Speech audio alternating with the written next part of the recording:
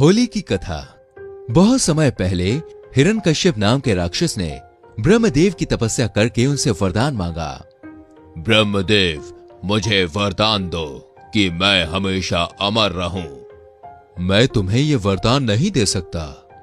जब ब्रह्मदेव ने अमरता का वरदान देने से मना कर दिया तो हिरण्यकश्यप ने दूसरा वरदान मांगा। ब्रह्मदेव, मुझे वरदान दो कि मुझे संसार में रहने वाला कोई भी जीव जंतु, राक्षस, देवी देवता और मनुष्य मार ना पाए। साथ ही मैं ना दिन में मरूं और ना रात के समय, ना तो पृथ्वी पर और ना ही आकाश में, ना तो घर के अंदर और ना ही बाहर, ना ही शस्त्र से मरूं और ना ही अस्त्र से। हिरण्यकश्यप की तपस्या से ब्रह्मदेव खुश थे ही, इसलिए अमरता के एक वरदान के बदले उन्होंने ये सारे वरदान उसे दे दिए। इसे पाकर उसने हर जगह तबाही मचानी शुरू कर दी। उससे सिर्फ मनुष्य ही नहीं, देवता भी परेशान रहने लगे। वो अपनी शक्ति से दुर्बलों को सताने लगा। हिरण्यकश्यप से बचने के लिए लोगों को हिरण्यकश्यप की पूजा करनी पड़ती थी।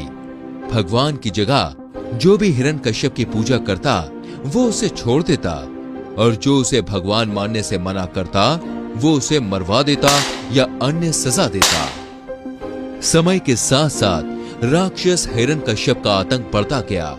कुछ वक्त बीतने पर हिरण्यकश्यप के घर भगवान विष्णु के परम भक्त प्रहलाद का जन्म हुआ। हिरण्यकश्यप ने प्रहलाद को कई बार विष्णु की पूजा करने से मना किया और कहा, मैं ही भगवान हूं, तुम मेरी आराधना करो। हर बार हिरण्यकश्यप की बात सुनकर प्रहलाद कहते, मेरे सिर्फ एक ही भगवान है और वो भगवान विष्णु है। प्रहलाद की बातें सुनकर हिरण्यकश्यप ने उन्हें मारने की कई कोशिश की, लेकिन वो सफल नहीं हो सका।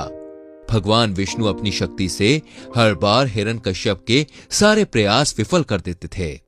एक दिन हिरण्यकश्यप के घर उसकी बहन होलिका आई। होलिका को आग में ना जलने का वरदान प्राप्त था। उसके पास एक कंबल था जिसे लपेटकर अगर वो आग में चली जाए तो आग उसे जला नहीं सकती थी। हिरण्यकश्यप को अपने बेटे से परेशान देखकर होलिका ने कहा, भैया, मैं अपनी गोद में प्रहलाद को लेकर आग में बैठ जाऊंगी, जिससे वह जल जाएगा और आपकी परेशानी खत्म हो जाएगी। हिरण्यकश्यप ने इस योजना के लिए हामी भर दी। उसके बाद होलिका अपनी गोद में प्रहलाद को बैठाकर आग पर बैठ गई। उसी वक्त भगवान की कृपा से होलिका का कंबल प्रहलाद के ऊपर आ गया और होलिका जलकर खाक हो गई। प्रहलाद एक बार फिर से प्रभु विष्णु की कृपा से बच गए।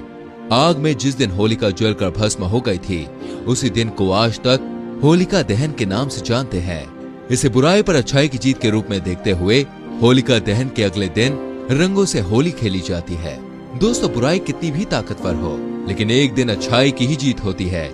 इसी वजह से हमेशा बुराई का मार्ग छोड़कर अच्छाई का मार्ग ही अपनाना चाहिए। हर हर महादेव। हिंदू होना आवश्यक नहीं। अगर आपको वीडियो पसंद आए उसे लाइक और शेयर करना ना भूलें। कमेंट्स में लिखें जय श्री कृष्णा और ऐसी वीडियोस के लिए हमारे चैनल को सब्सक्राइब करें।